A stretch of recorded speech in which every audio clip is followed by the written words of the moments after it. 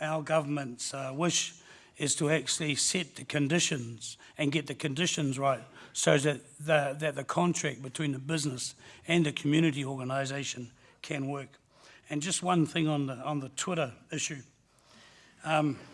Sorry, but I tweeted that I was coming here, and I got back one tweet that said that this person's community organisation, which was small, contracts itself out to larger organisations, and what they get back is payment so that they can continue to do what they do as a business / community organisation. I think that's absolutely wonderful, and I want to be able to make sure that our government gets the conditions right and sets the boundaries right so that can happen on a regular basis. It's not something new. It actually becomes regular. Metira Turei. Kia ora koutou katoa. The Green Party strongly supports, and we have a very strong policy on community economic development. It is the community economic development and community enterprise are the model of the new economic way for this country. It's about localisation, it's about employing local people, supporting local business, supporting local families. It's about having an economic, social and environmental responsibility built into the way that everything is done.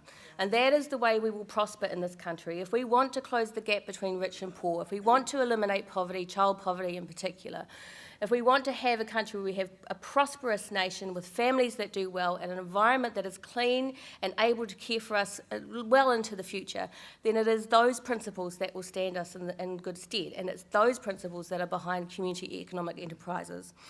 The question is a very big one, and there's only so many things you can say in a short period of time, but one of the things that we tried to do as an example was around biofuels. A few years ago, Jeanette Fitzsimons worked very hard with Labour on the biofuels legislation, a large part of which was to constrain the unfair competition of oil companies so that we could have a regulatory environment for local, small enterprise producing biofuels in this country that were environmentally sound and socially responsible. And we worked very hard to find the mechanisms to do that. If that failed, in large part, we got the legislation through, but National then repealed it. But if they had not, what we would have had then was a regulatory environment where very small organisations and very localised organisations that have people and have land could develop a business producing biofuels out of waste that would have provided some real support for those communities. That is where our role as legislators is to create that enabling environment in legislation and regulation. And we know we can do it. We can do it without breaching international trade obligations. We can do it in creative ways if we just choose to put our resources there. Thank you. Yeah,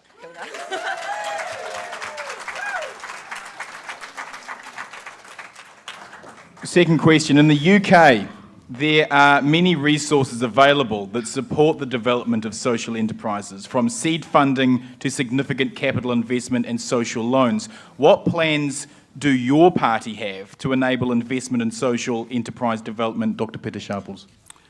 Well, as you know, we're the Māori Party, and our main mandate is for Māori people in our electorates. So a lot of the talk that I'm talking today is about where Māori are and how we're able to work through with them.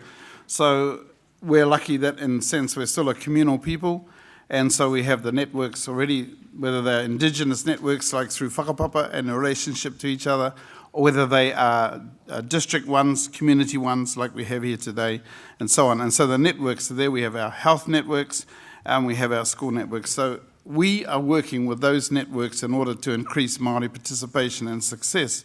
So our kaupapa Māori education system, which we have reinvented, from wānanga right down to kohanga reo and all the bits in the middle, strengthening those in order to make sure our young people come through.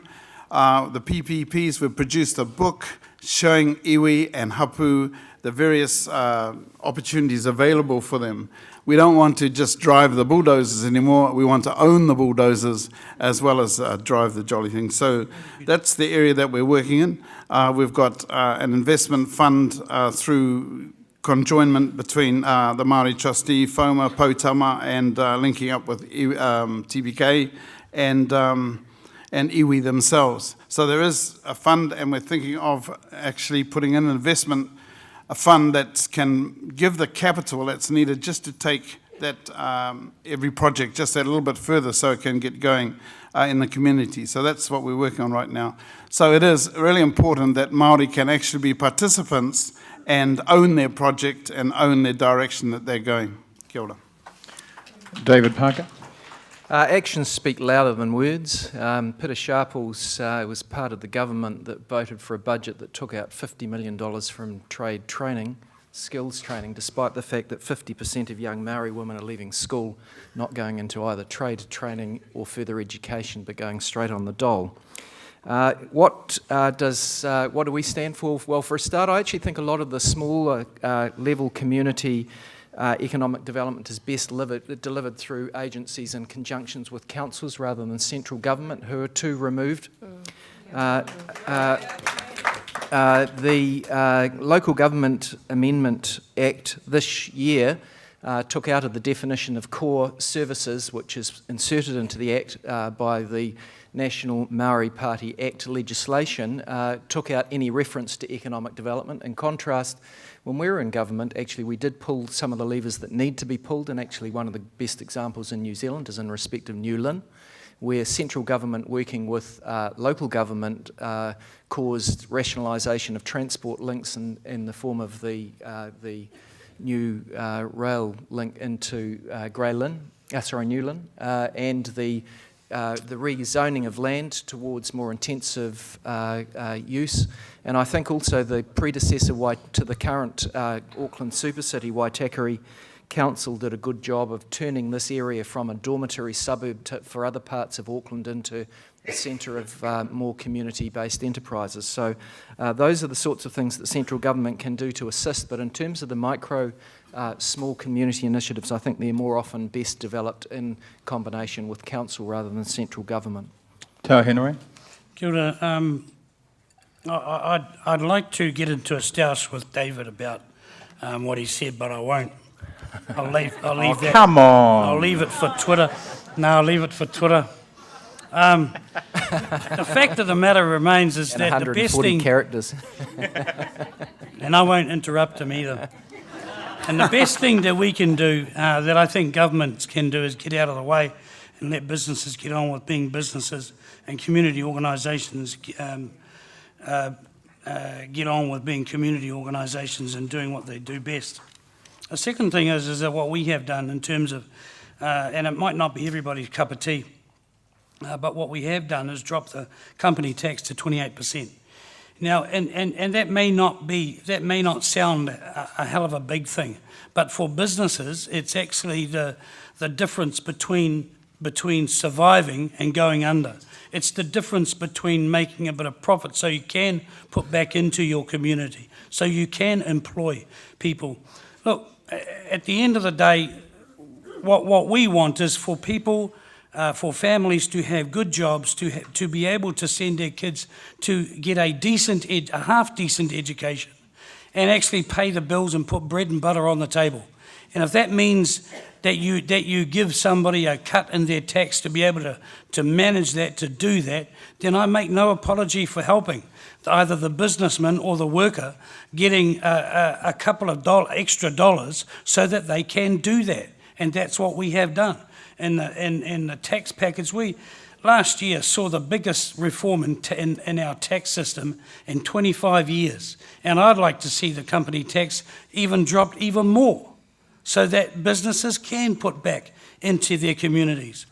The community organisations today need to front up to businesses and say, we want to enter into a contract, a social contract.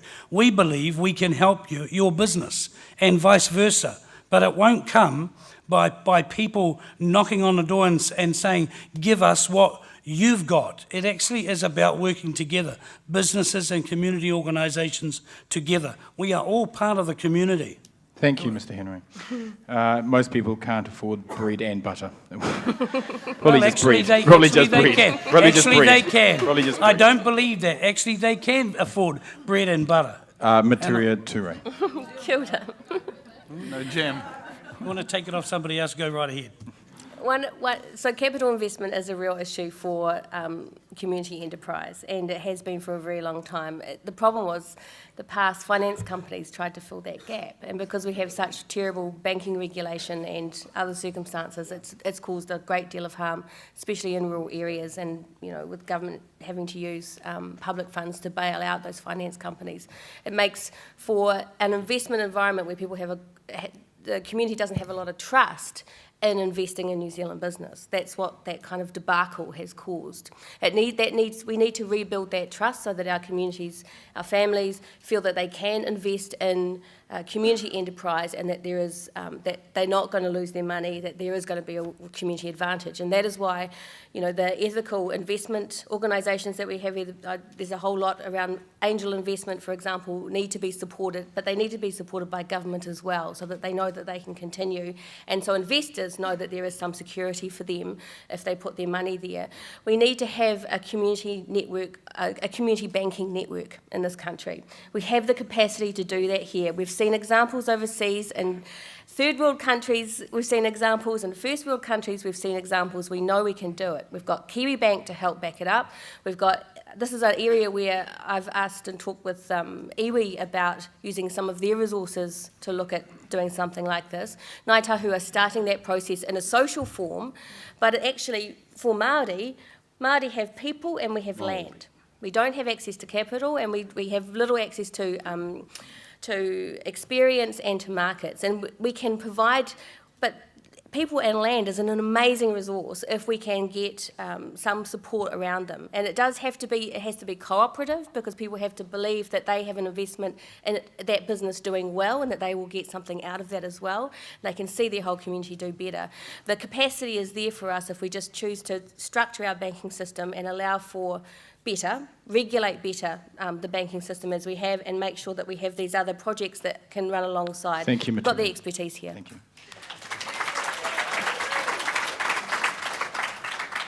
Next question. There is a growing view evident at this conference that community assets held in collective ownership deliver both effectiveness and efficiency. That is mutualisation rather than privatisation.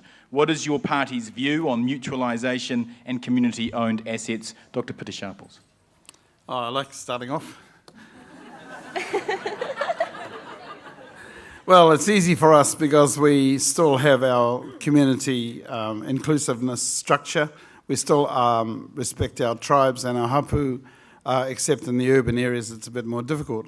So therefore we have taken those values and put them into communities so that the community operate in the urban areas like a tribe. But if you look at the treaty settlements, even though they're only getting 1% of what the value is of what they might have lost, nevertheless, that is still a good kickstart for iwi to start and move up. So with education that we support in all our programs in education, there's a lot, I'll talk about that later, but that's a really important part for us. So all our assets basically are community owned, so you have iwi and hapu working in this particular direction to take each other forward and give each other the power that they need to operate. So it's total community involvement, community ownership of our assets. Definitely. David Parker. Yes, I'm a strong advocate of mutuals. I think mutuals have had a place in our history that's far greater than they currently are, and that we should be heading back there. We've got some very strong mutuals and cooperatives now. Still our largest company in New Zealand, Fonterra, is a mutual, it's a cooperative. Our savings banks and building societies were all mutuals in the past. Our credit unions still are. Our biggest insurance companies like AMP used to be mutuals, and they were demutualised.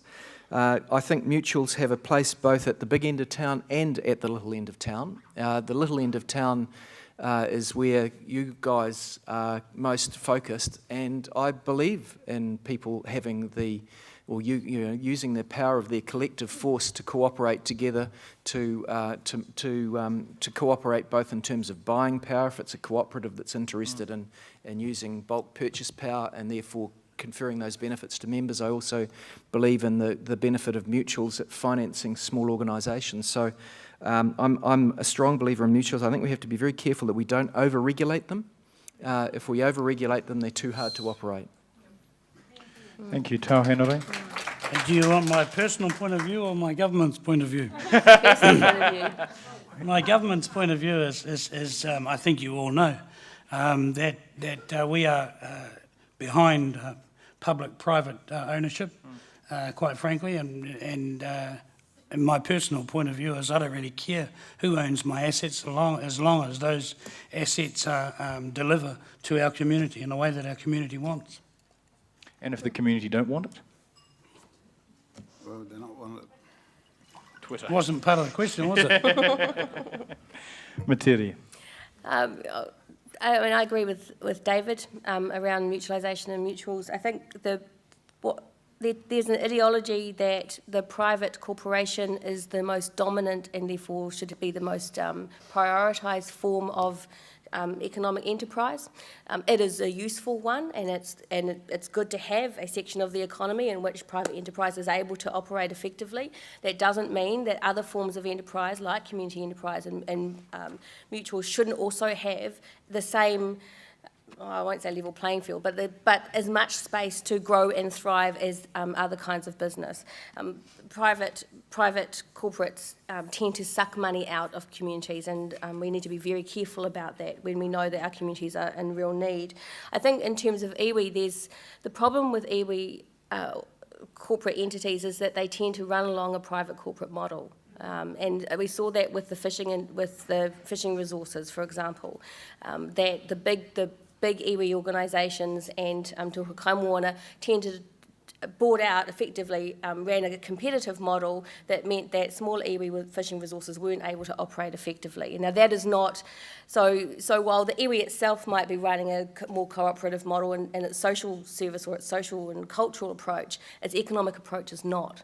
And that if that shift could be made, then iwi would play a much stronger position in terms of the mutual versus private approach to economic development for Māori communities, and especially small rural and coastal Māori communities. Kia ora.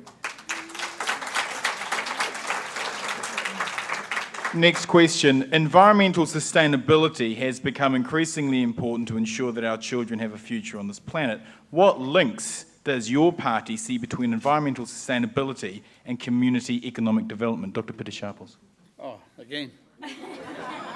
You don't give me a chance to have a go at this. Never mind, we'll go for it. Well, we're lucky because we have belief in Papa Tuanuku and Ranginui, that the Sky Father and the Earth Mother teaches us, and we teach it in our education system, that all life belongs and comes from them and nurtures them. And we have a role, we whakapapa to them, generally. So we have a role to actually nurture both Papa Tuanuku and Ranginui. And it's taught right through our kaupapa Māori education system. So we're built in sort of we have natural sustainable procedures like rāhui, which is like protecting shortages or when it's being damaged. Put a tapu one, taniwha. Taniwha are not monsters, they are in fact kaitiaki that look after that particular area of thing. Whanaungatanga and our relationship with ourselves and those things. And these are the kind of things that the Māori Party push for Māori to make sure that they nurture the environment. The Māori Party is really opposed to any kind of mining, but we recognise that the say for mining has got to go back to the people to have their say. We're particularly against Petrobras and the mining in the ocean because our economy, our sea economy is just so important, and the depth of that mine is twice as deep as the one in the Gulf of Mexico, and I don't think we have the technology to actually block something if something did come out, and it would just wipe out our sea beds and the fish in the area and a lot of jobs that go with it. So I don't think, while it looks like there's a lot of oil under there, it's not worth the risk. That's the point. Why should we take the risk? Let's look somewhere else and do something else instead. Kia ora. I'll just say a couple of things about mining. I wear a metal watch, probably got a bit of gold on me somewhere, and I drive a car, so I'm not a person, and it uses oil. So I'm not opposed to all mining. I am I'm opposed to mining in national parks and other special areas, and I favour appropriate environmental standards. But I can't believe anyone who says that they're opposed to all mining, because it seems to me to be hypocritical with the way we live our lives. Can I turn to the issue about environmental sustainability, though, more generally? There is an area where the only thing that you need, or the most important thing that you need, is actually regulation. And environmental standards are one where you need high levels of regulation. You need to have plans that impose minimum standards. You need to have plans that, or legislation that says that, you know, you want to bring forward new environmentally sustainable alternatives to oil, like biofuels, for example. And you can't do that without good government regulation. If you have good government regulation that requires some of these things to be improved, then you're actually creating the opportunity for smaller and larger enterprises, for that matter, but for enterprises to actually have a place to do something to help the fix that's regulated for. So if you don't have good environmental regulation, you will not have a fertile environment, a business environment for the small enterprises that you want to grow to actually bring forward some of these environmental cures. So environmental regulation is the most important thing that a government can deliver in that regard. Just on that environmental regulation then, Petrobras are looking at we get a 5% return from anything they find, and the total amount we can fine them if something goes wrong is a mere $200,000. Would you consider that an example of poor regulation? I've been looking at that issue recently, actually, because I've just got our energy portfolio back, and one of the things that one of our Labour Party members has referred to me is the environmental controls that they have in Norway. Now, Norway is actually a very environmentally responsible country that develops oil, and I think we should perhaps look at their regulatory model to minimise risk. Mr. Henare. I'm a bit like David. I'm not opposed to mining per se, because I drive a four-wheel drive and it guzzles diesel. But in terms of the question, I think that what we have is we are not against sustainability and looking after the environment in terms of every business that comes online. We do have the RMA. We have made changes to the RMA to free up some development, but not at the expense of the environment. And I think that New Zealand still has one of the best regimes to establish a business, whatever business that is. And it does say that in the RMA that it puts their boundaries that businesses and everybody in New Zealand has to abide by. In terms of Petrobras, at the moment they are looking, and good on them. Quite frankly, we hear questions like yours about the 5%. People wouldn't come to this country. People wouldn't come halfway across the world to look for things if it wasn't in their favour. And so you have to create the conditions for them to be able to come here and look. And don't forget that what they are doing at the moment, they're not mining. They are looking. They are making sure that there's something to mine. Then I think you might find that there will be other incentives for us if they do find anything. In your personal opinion, Mr. Henare, do you think the government's desire to mine conservation land was a bad one? I mean, personally, I would have gone for it. Yep, that's the way I. That's the way I am. Unfortunately or fortunately, whichever. Metira, does the Green Party have an environmental policy? Oh. Yeah, that's right. Just on the oil drilling, it is worthwhile remembering that today is the first anniversary of the Gulf of Mexico spill. Right? The first anniversary. This country cannot afford anything like that happening here. So no drilling in the Raukumara Basin, full stop. As to the question, our economy is 100% dependent on our environment. No environment, no economy in this country. No water, no milk. It's that straightforward. It's that simple. In terms of community economic enterprise and how we can utilise that, how we make use of our our environmental resources in a way that's going to take care of them long term. There are significant job opportunities in protecting our environment as opposed to exploiting it.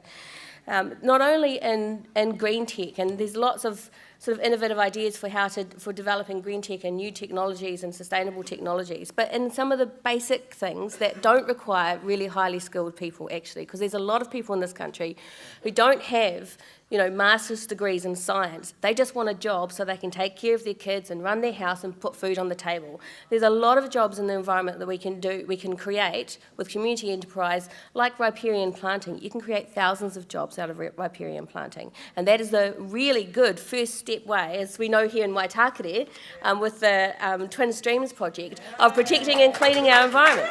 Yep. And making sure we can provide our food sources for our own people out in those areas as well. It's not rocket science. There's this continual sort of idea that somehow lots and lots of new technological things are going to save us. It's not that at all. It's just getting back down to the basics. Our land, our water, our housing, our people. Thank you. Next question. Social enterprise that deliver government contracts provides significant added value. Does your party have plans to support contracting policy that acknowledges the social, environmental, as well as economic benefits that social enterprises deliver? And I'll ask David Parker first.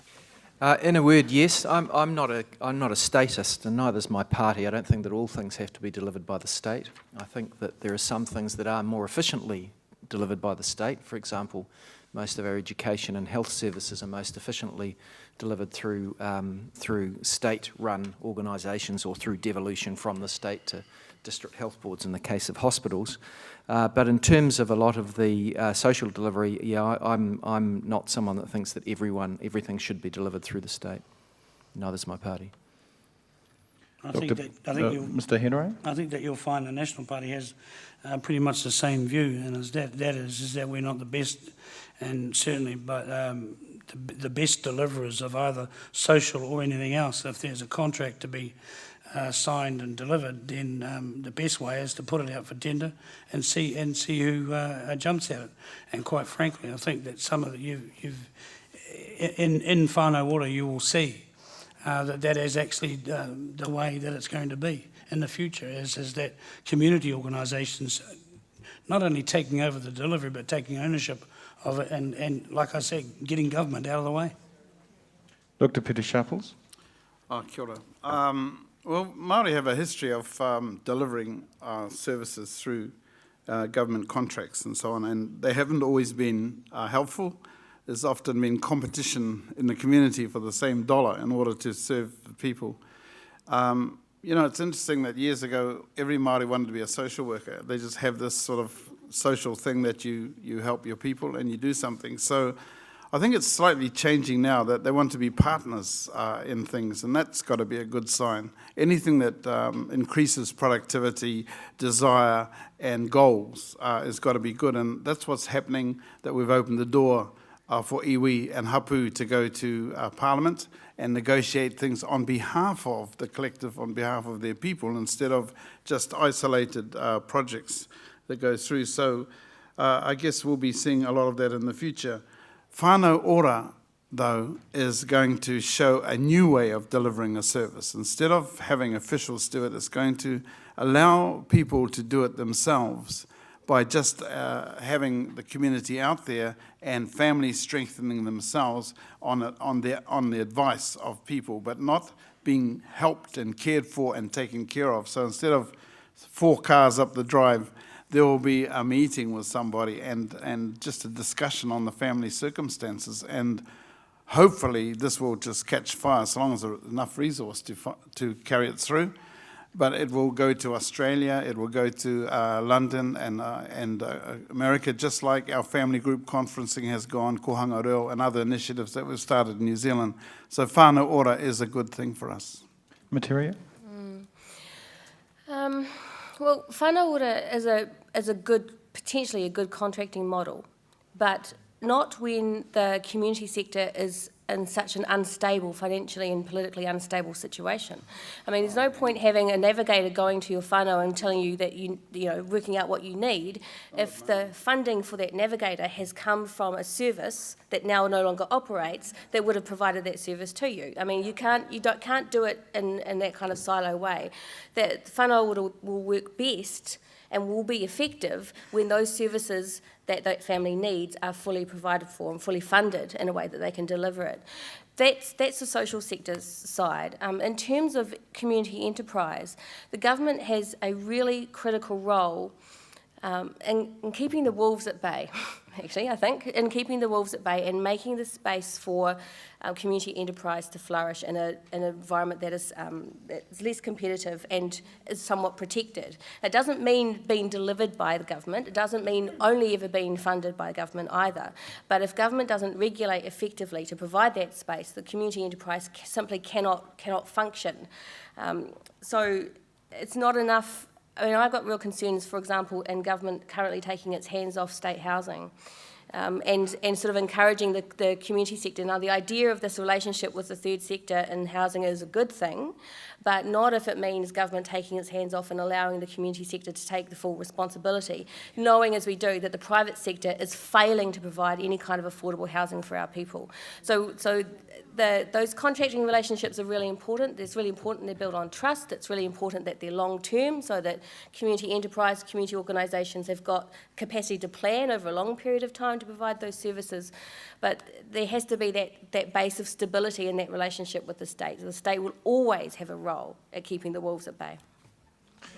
Final question before we go to the floor with any of your questions out there. Under traditional economics, economies boom and bust, and unemployment of marginalised people seems to be intractable. Social firms are social enterprises that are established to enable the employment of marginalised people. What is your party doing in this area, David Parker?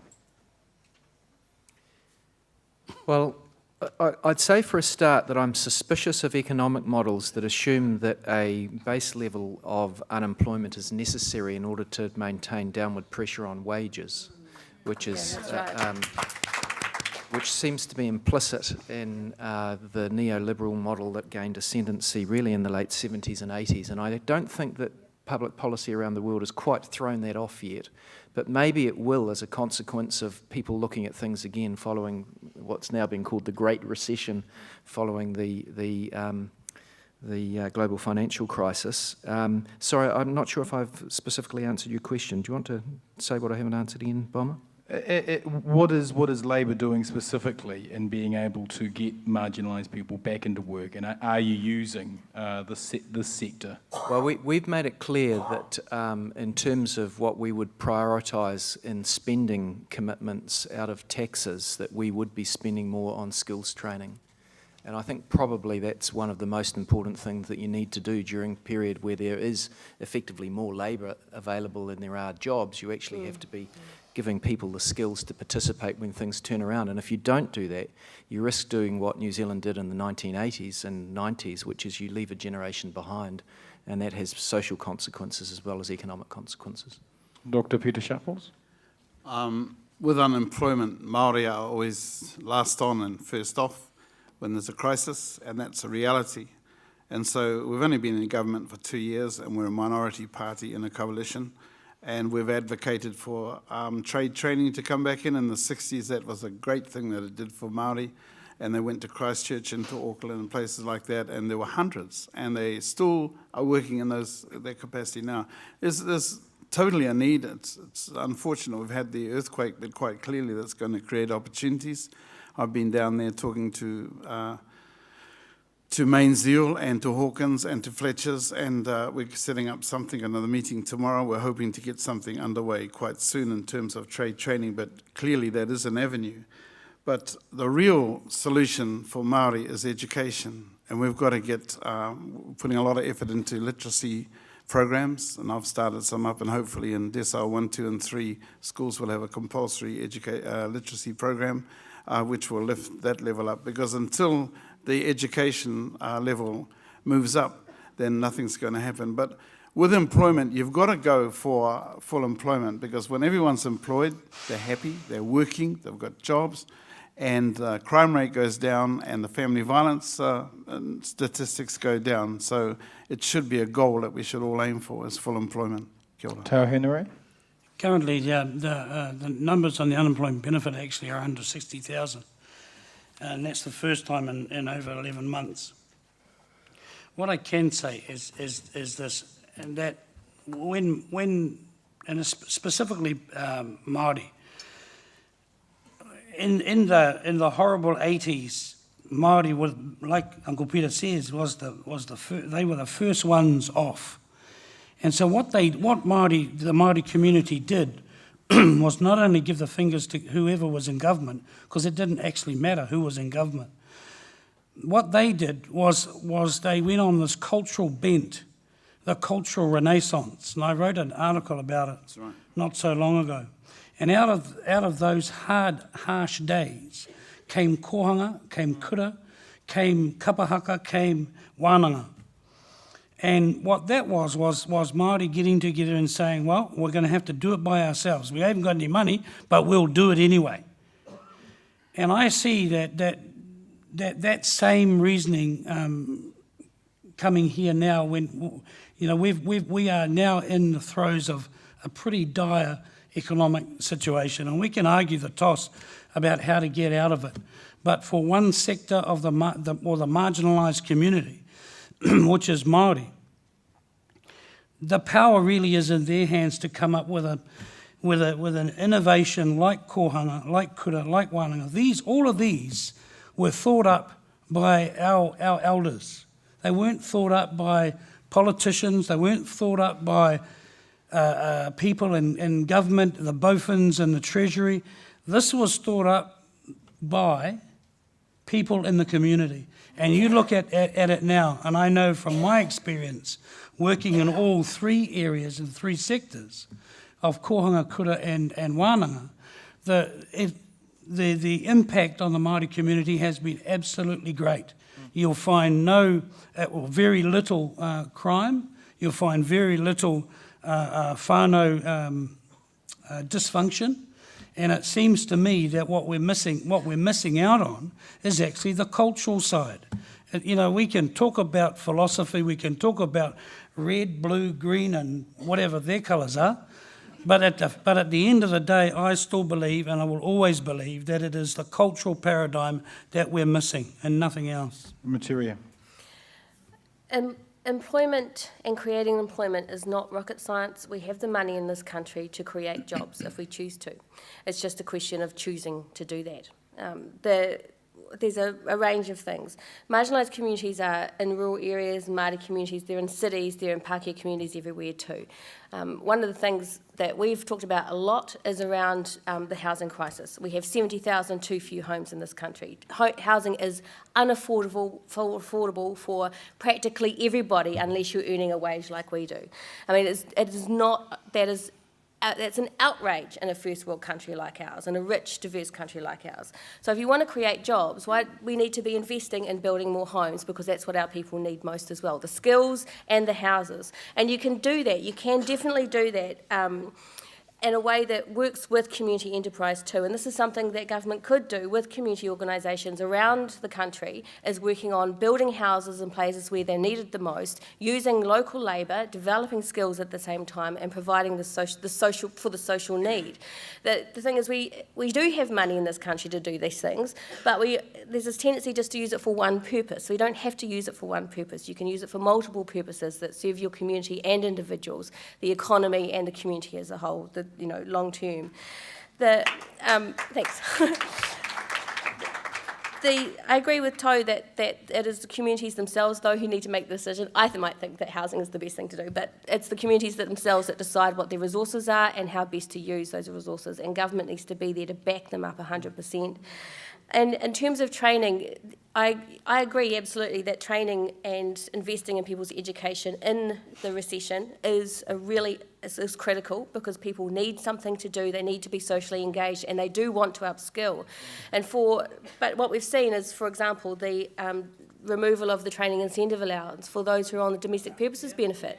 I mean, there might be people who've got the same experience out here in the audience that I did, which was having no qualifications from school, managing to getting on the DPB with a small child, trying to figure out whether I had a brain or not, and using that social support to get myself an education, a law degree in the end, that meant that I had a good job at the end of the 4-year period. I mean, that is not, there is this group of people who are at the bottom of the social scale, the poorest families in the country, the poorest children in the country, who are there, who want to take up real opportunities. We don't want them working for $13 an hour at McDonald's. We want them in training. We want them doing the best thing that they want to do for themselves and for their kids. Thank you. We have the microphone. Put your hand up, please. I will point to you over here. We've got a question over here. Question over here. Thank you. I don't think any of you were here this morning, but we were having a discussion. One of the opportunities that came forward that's happening in the UK are the big society bank is being set up as a wholesaler for social enterprise and community development lending. And the initial funding was coming from the unclaimed assets from the banks. So the figure we were given was approximately £60 million from unclaimed assets from the banks. I know we have a slightly different banking system in New Zealand, and we have a lot of the smaller institutions as well, but would you support looking at moving ahead to actually set up a social enterprise fund, a social community development fund, and basing that seed funding from the money that Mark found out actually goes back into the general fund? So it's a change in policy. I was looking to see if your parties would support that. I'll go first because I can't speak for the Cabinet. I'm not in the Cabinet. I'm not Prime Minister and not likely to be in the next 6 months either, or 12 months, or 2 years. You're short-selling yourself. Come on. I'll take your personal opinion then. I think we need an opinion. I would really like to see the model. I think that's the sort of thing, like that's the kind of ideas about where we can, use resources in a much more cooperative way. So it certainly suits our principles and our values. I just don't know enough about the details of the banking system to say a categorical yes, but we'd be very interested in looking at that model. We've set up a Māori education economic task force, and they're working with the banks now to set up something similar to what you're talking about. But it's something just enough to give the community enterprises that kick-start so they can actually do it and then build on it, because sometimes people haven't got the seeding money to actually get something off the ground. And I think that's what we need, is just that start. Attractive like it sounds to find money, I'm not sure you can find money quite that easily. It sounds like, from what you're saying, that money currently goes into the Crown account until the bank depositor who's been lost is found, and sometimes they're never found. So effectively that money's probably going already into other educational initiatives and to HIP operations. I'm not sure that it's free money.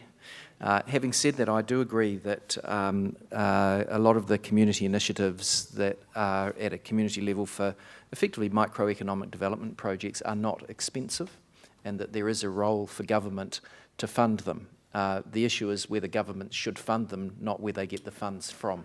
Next question. Next question. Got a question? Put your hand up if you've got a question. Come on, these are your political leaders. Somebody wants to... Oh, over there, behind you. Oh, there, right there. Not so much a question, but perhaps a thought for the future for the 4 brave people at the top table. I think it's very hard coming into a conference where there's been a lot of debate and a lot of innovation being talked about. I think fundamentally you need to ask your advisors to get you up to speed. Another question, slightly less insulting. question. Oh dear, did you say slightly less insulting? Sorry. No, I have no intention of insulting our guests, and I'm actually very grateful for you coming through, because I think it is a vital opportunity for you to hear of our concerns and take them back, hopefully.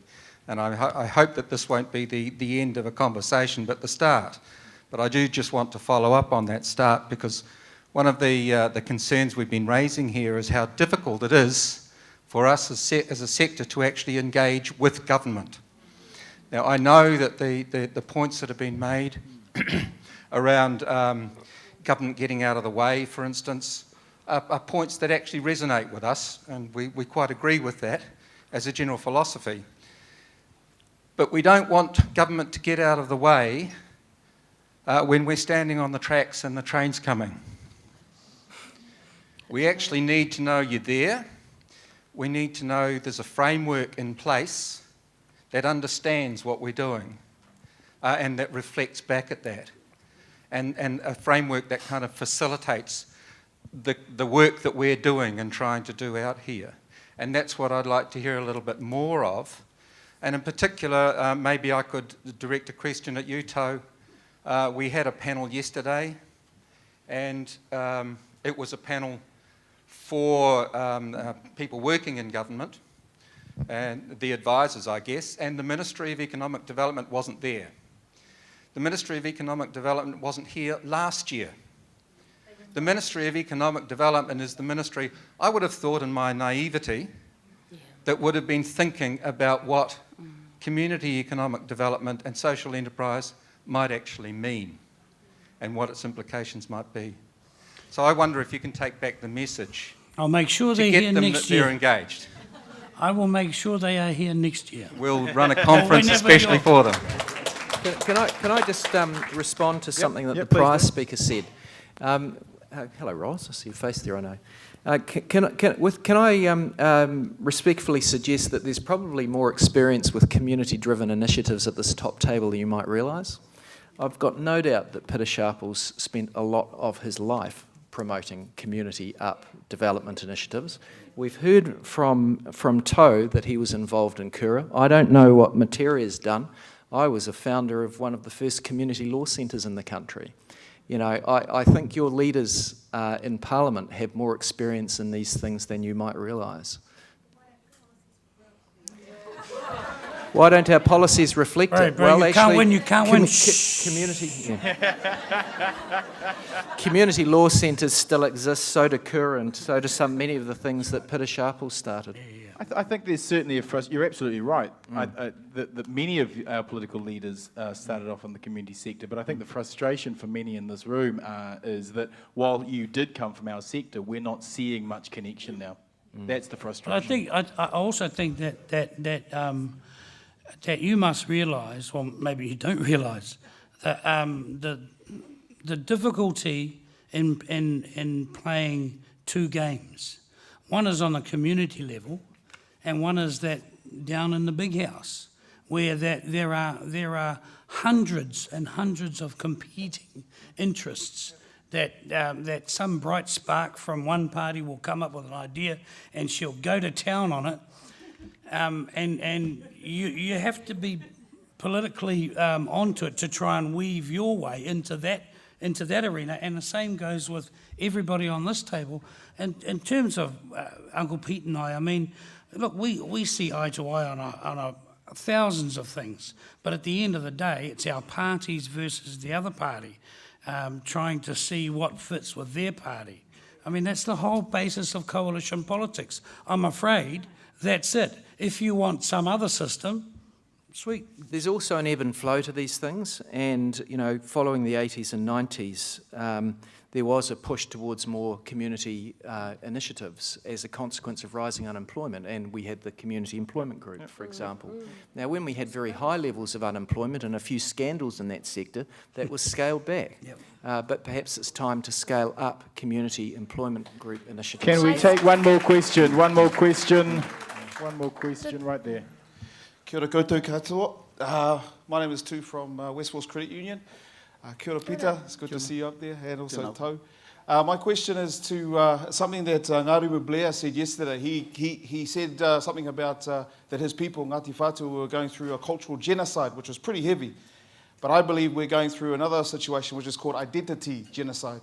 And I think a lot of that is because he said the cultural genocide was because there was no marae and there was no home. I believe that we're going into a society where our kids coming in the future will have no home because they can't afford it. So my question is the government, in regards to what we're hoping to do, because my organisation would love to try and create an opportunity for people to go into first home in partnership with other people. But I see our kids will have no identity because they're living in transitional neighbourhoods that are all rentals. What I say is that is there an opportunity for government to try and assist people in the community so that we can help our kids get into their own homes, because you need about $150,000 cash to put in towards a deposit before you can even get a home these days. Yeah. And I know the financial recession situation's happening at the moment, but my heart is that I grew up in Te Aratu. I lived in a home. I had a lawn. We had to mow it. We had to keep the street clean. We played on the road when we played rugby, but we always took care of our own yard.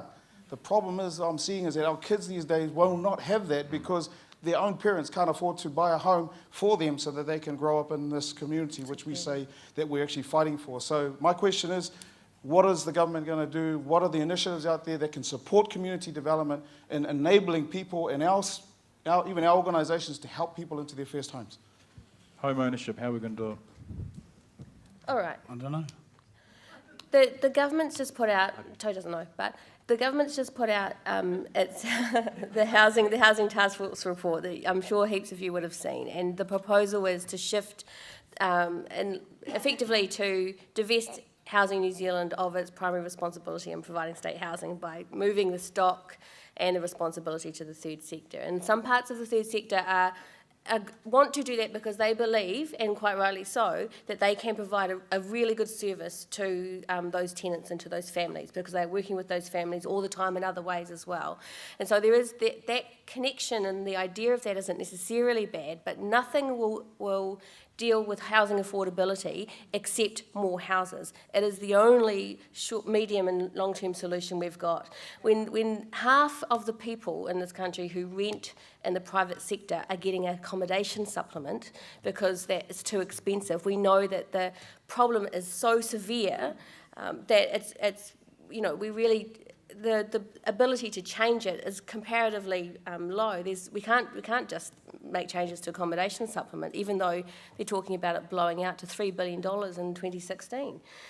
But people need that cash in their pockets because they need to be able to pay their rent. So the solution is a house building program. I think it's the only.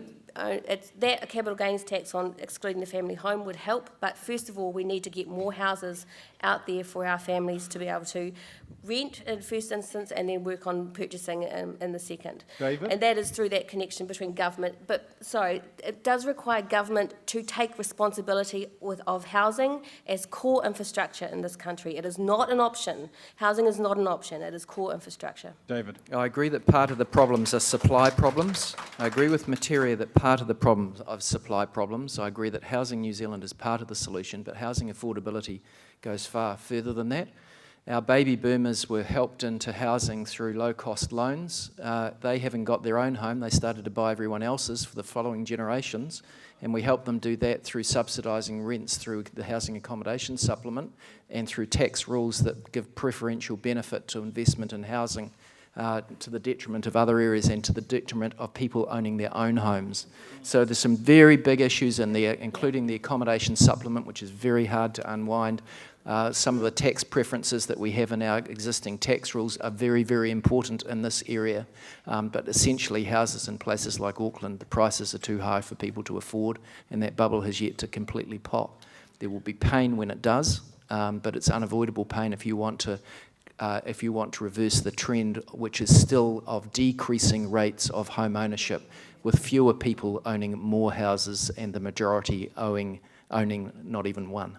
So I think the question that you're actually asking is why isn't housing a priority with this government or any other government that's been before it? Because you see the need in everywhere. And there is some work being done. The transformation project over in East Auckland there, Rātana housing in Wanganui and different areas. There is some work being done and this highlights the difficulty of a small coalition partner. We've had a campaign to take GST off food, and we've still got that in. We've always said that the minimum wage should be higher now. It should be $15. That's what we've said the whole time. And so we have got these things in, even although we're in the coalition. But that is the real situation, that housing needs to be prioritised, put up higher on the list. Kia ora. Carl? You know, while I sort of have some sympathy with what my colleagues up on the table have said, the biggest thing that governments can do is make sure that the conditions are there for employment, because with employment you get wages, and I've got to say this, that our savings record has been poor, but I think that we are starting to track down the proper route with savings and the like.